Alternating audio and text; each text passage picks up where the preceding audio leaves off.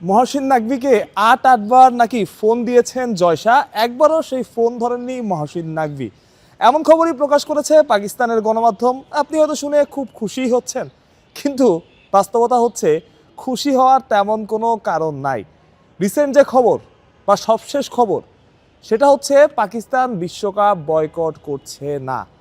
পাকিস্তানের প্রধানমন্ত্রী পিসিবির বাংলাদেশকে সমর্থনকে, অর্থাৎ নৈতিক জায়গা থেকে যে সমর্থন দিয়েছে সেটাকে সাপোর্ট করেছে।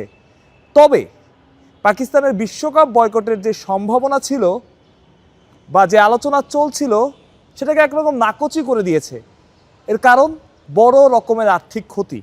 পাকিস্তান যদি বিশ্বকাপ বয়কট করে, তাদের ক্রিকেট বোর্ড বড় রকমের একটা আর্থিক ক্ষতিতে পড়বে। এটাও পাকিস্তানের গণমাধ্যমেরই খবর। সে আর্থিক ক্ষতি এড়াতে আপাতত বিশ্বকাপ বয়কটের মতো বড় সিদ্ধান্ত নিতে রাজি নয় তারা।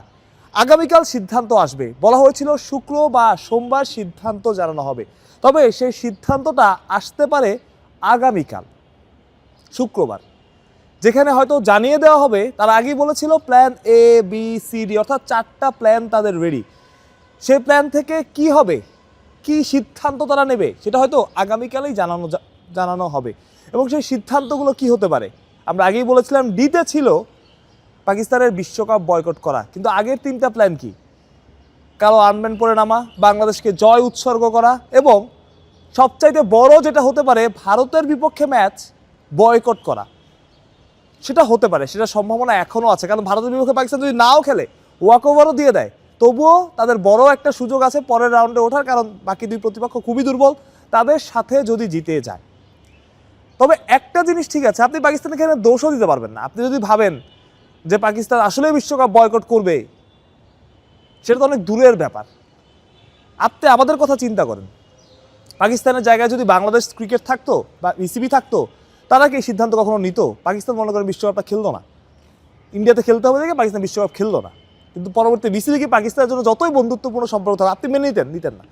কিন্তু যেখানে কোনো ক্রিকেট বোর্ড সাপোর্ট দেয়নি বাংলাদেশকে, সেখানে যে পাকিস্তান নৈতিক সমর্থন দিয়েছে পাকিস্তান ক্রিকেট বোর্ড, এবং তারা প্রেস কনফারেন্স করেছে, হুমকি ধামকি দিয়েছে, বিশ্বকাপ বয়কট করবো, এই করবো, ভয় ধরিয়েছে শেষ পর্যন্ত, সেটাই বা কম কি? এবং বিশ্বকাপের আগ পর্যন্ত ঝুলিয়ে রেখেছে।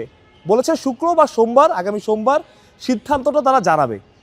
এবং যেটা হয় না যে রেজাল্ট প্রকাশের আগে এটা মনে ভয় কাজ করে, মনে ভয় ধরে যে এই জায়গায় ভয় লাগতেছে, এই করতেছে, আমি একে ফোন দিই, ওকে ফোন দিই।